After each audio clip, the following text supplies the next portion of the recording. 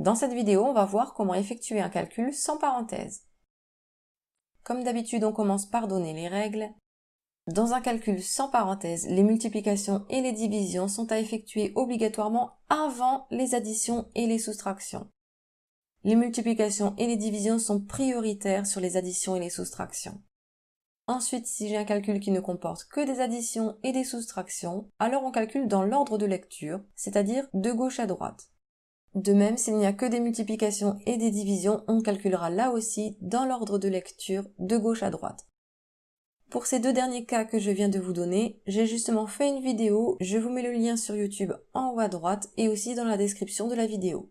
Il reste encore deux petits cas particuliers. S'il y a uniquement des additions, alors on calcule dans l'ordre que l'on veut. Et pareil, s'il y a uniquement des multiplications, on calcule dans l'ordre que l'on veut. Ce n'est pas valable s'il y a uniquement des soustractions ou s'il y a uniquement des divisions. Dans ces deux cas-là, il faudra calculer de gauche à droite dans l'ordre de lecture. Et on va pouvoir appliquer ce qu'on vient d'apprendre. Je vais faire le calcul A, je ne me jette pas sur 14 plus 12, je regarde toutes les opérations. Maintenant, il faudra avoir ce réflexe. Quand j'ai un calcul, je regarde toutes les opérations dedans pour savoir par quoi je dois commencer. Ici, j'ai une addition, une division, une soustraction. On a dit que les divisions sont prioritaires sur les additions et les soustractions. Je vais alors commencer par la division par 12 divisé par 3. Je mets une accolade en dessous. Si vous avez du mal à faire une accolade, vous mettez juste un petit pont comme ça dans ce cas-là. Mais c'est important de le faire au début parce que ça permet de bien présenter le calcul et d'éviter les erreurs d'étourderie. On a dit qu'on commençait par calculer 12 divisé par 3. Je n'écris pas son résultat tout de suite. Pourquoi ? Parce qu'avant le 12 divisé par 3, il était écrit 14 plus. Il est obligatoire de recopier tout ce qu'on n'a pas utilisé à sa place. Le 14 plus, il était devant. Je vais commencer par l'écrire devant. Maintenant, quand je lis le calcul, j'arrive à ma division 12 divisé par 3. Je ne l'écris pas puisqu'on a dit qu'on allait la calculer. Je mets son résultat c'est 4. Et je termine par recopier tout ce qu'il y avait derrière que je n'ai pas utilisé. Il y avait moins 2, je le recopie. Je regarde mon nouveau calcul, il y a une addition, une soustraction. Quand c'est ça, on calcule de gauche à droite. Je commence donc par le calcul de gauche, 14 plus 4. Il n'y avait rien avant, je vais pouvoir écrire directement le résultat, égale 18. Derrière, il y a un moins 2 que je n'ai pas utilisé, je le recopie, moins 2. Et voilà, je peux terminer le calcul.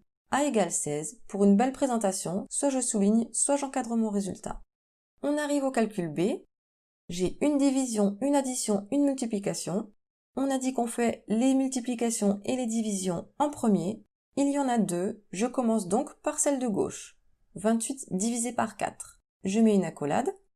Mon calcul commence par 28 divisé par 4. Il n'y a rien avant, donc je vais pouvoir écrire le résultat, c'est 7. Et je recopie tout ce qui était derrière que je n'ai pas utilisé, plus 4 fois 12.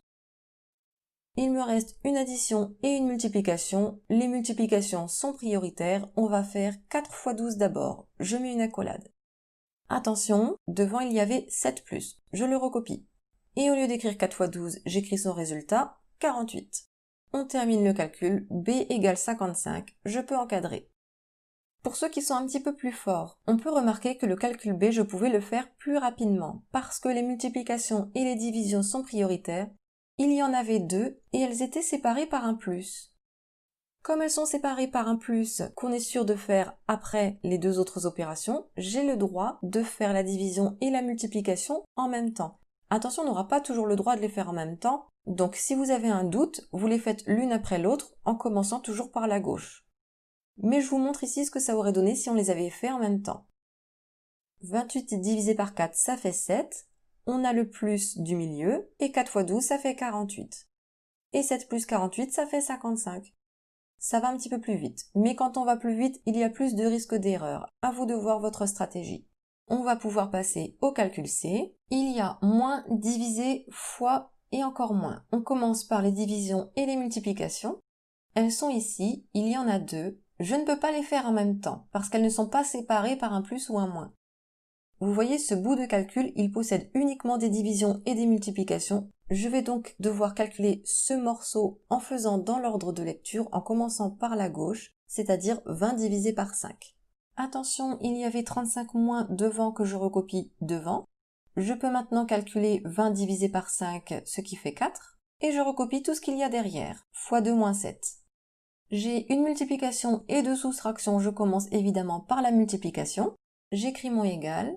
Devant, il y a 35 moins que je n'utilise pas, donc je le recopie obligatoirement. 4 fois 2, je le remplace par son résultat 8, et je recopie le moins 7. Dans mon calcul, il me reste deux soustractions. Dans ce cas-là, je dois calculer dans l'ordre de lecture, de gauche à droite. Je vais alors faire 35 moins 8. Il n'y a rien devant, donc je peux écrire directement le résultat 27. Je n'oublie pas de recopier le moins 7 derrière. C'est presque fini, je peux conclure C égale 20. Et j'encadre. Et voilà, vous avez effectué des calculs sans parenthèse.